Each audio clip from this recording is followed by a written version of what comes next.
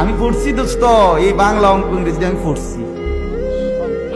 দোস্ত, Comilla Victoria college থেকে masters pass করছি, সরকারি মাদ্রাসা থেকে টাইটেল পাস করছি, কওমি মাদ্রাসা থেকে দাওরা পাস করছি। সারা বাংলাদেশের ইতিহাসে সেরা নাম্বার পাইয়া 1 নাম্বার হয়েছি, আলহামদুলিল্লাহ। এটি কইরে তুই আইছি, ওই অহংকারের জন্য বলছি না, বুঝাইছি যে কিতা আছে আমি জানি, আমার হিগান লাগতো না। আমার কোরআনের আলহামদুলিল্লাহ সামনে 18 বছরের ওই পড়ালেখার তারও আলহামদুলিল্লাহর সামনে আইসা দাঁড়াইতে পারবে না। আমাদের মাদ্রাসাগুলোর যে নুরানির বাচ্চা যেই পড়ে 2 বছরে, আল্লাহর কসম এই 2 বছরের পড়ার সামনে গোটা পৃথিবীর সব বই এটা সামনে মোকাবেলা করার ক্ষমতা রাখে না। না, চলো চ্যালেঞ্জ করি, নাই তো চ্যালেঞ্জ করি। তুমি 12 বছর কইরা অনেক হারাইয়া মতো, আর আমার 6 বছরের বাচ্চা বইয়া মতো। আমার 6 বছরের নুরানির বাচ্চা আমাদের মাদ্রাসাগুলোতে আপনারা এসে দেখে যাইয়েন, এখানে ফজরের নামাজ জামাতে পড়ে। আর তুমি 20 বছরের দামরা, তুমি মুত্তা ফানি লও না, তুমি কোনোদিন ফজরের নামাজ পড়ো না। হ্যাঁ, কি শিখলা? কে শিখাইলো তোমারে? কি শিখাইলো? আল্লাহ বলেন আহসানাল হাদিস। আমার সময় শেষ। 2 নাম্বার কিতাবান, দ্বিতীয় বৈশিষ্ট্য হলো এটা কিতাব। এটা কি মানে? কি মানে হলো কিতাব বলা হয় আরবিতে যেইখানে কোন বিষয়ের সকল দিক বিস্তারিত ব্যাখ্যা সম্বলিত আলোচিত হয়, সেটাকে বলে কিতাব। একজন মানুষের জন্ম থেকে মৃত্যু, মৃত্যু থেকে কবর, কবর থেকে হাসর, হাসর থেকে মিজান, মিজান থেকে ফুলসেরাত, ফুলসেরাত থেকে জান্নাত। এই প্রতিটা গন্তব্যে ঘাটে কি করতে হবে, কি না করতে হবে, কি করণীয়, কি বর্জনীয়, সবকিছুর বিস্তারিত বর্ণনা আছে এখানে। এই জন্য এটা কিতাব। 3 নাম্বার মুতাশাবিহান, এটা এমন কিতাব যেই কিতাবের প্রথম কথা শেষের কথা, প্রথম শব্দ শেষের শব্দ, প্রথম বক্তব্য শেষের বক্তব্য প্রত্যেকটা একটা আরেকটার সাথে সামঞ্জস্যপূর্ণ। কথার মধ্যে কোনো কিনা লড়সর আউলা জাউলা কোনো আলতু ফালতু কথা না। কিরে বেটা, তুই দি গত রবিবারে কইলি এ কথা, চা দোয়ানে খারাই যে এক লোকে চা খাইতেছিলাম, তুই যে এটা কইলি, অন দে আবার আরেকটা কস তেহিতে কি কয়, দূর বেকুব, চা দোয়ানের কথা নি মানুষে ধরে বেটা। কত কথা কত সময় মানুষে কয় বেটা, সব ধরে কুলাইতে পারবি? আল্লাহ কয় না, আমারটা সবটা ধরে কুলাইতে পারবি।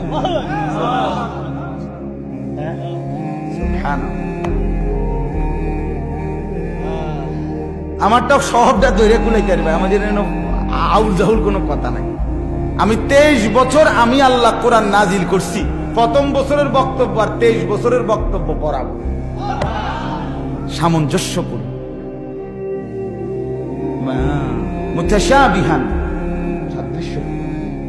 আরো কত ব্যাখ্যা কইলে রাইত লাগবে, এমনি শুধু অল্প দূর কইলে আমার তর্জমাটা। মাথানিয়া, 4 নাম্বার আল্লাহ তাআলা বলেন আমার এই কোরআনের বৈশিষ্ট্য হলো মাথানিয়া।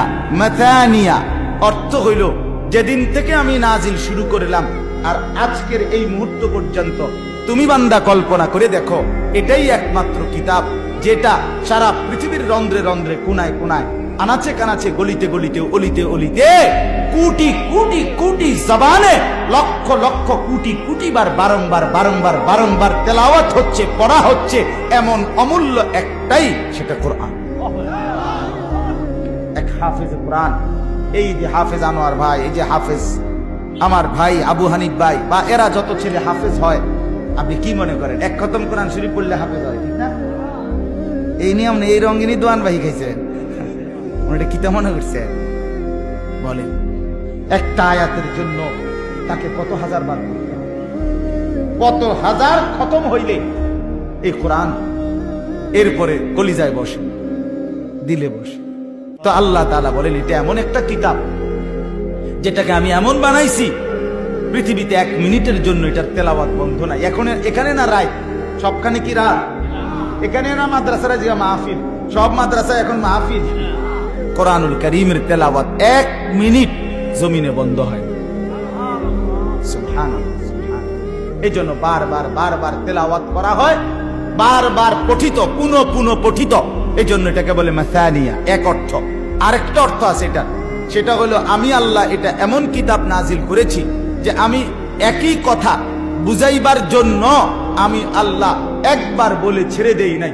এক কথা আমি আল্লাহ বারবার বারবার, ও বান্দা লা ইলাহা ইল্লাল্লাহ এটা তুমি মেনে নাও, এটা আমি বারবার বুঝাইছি।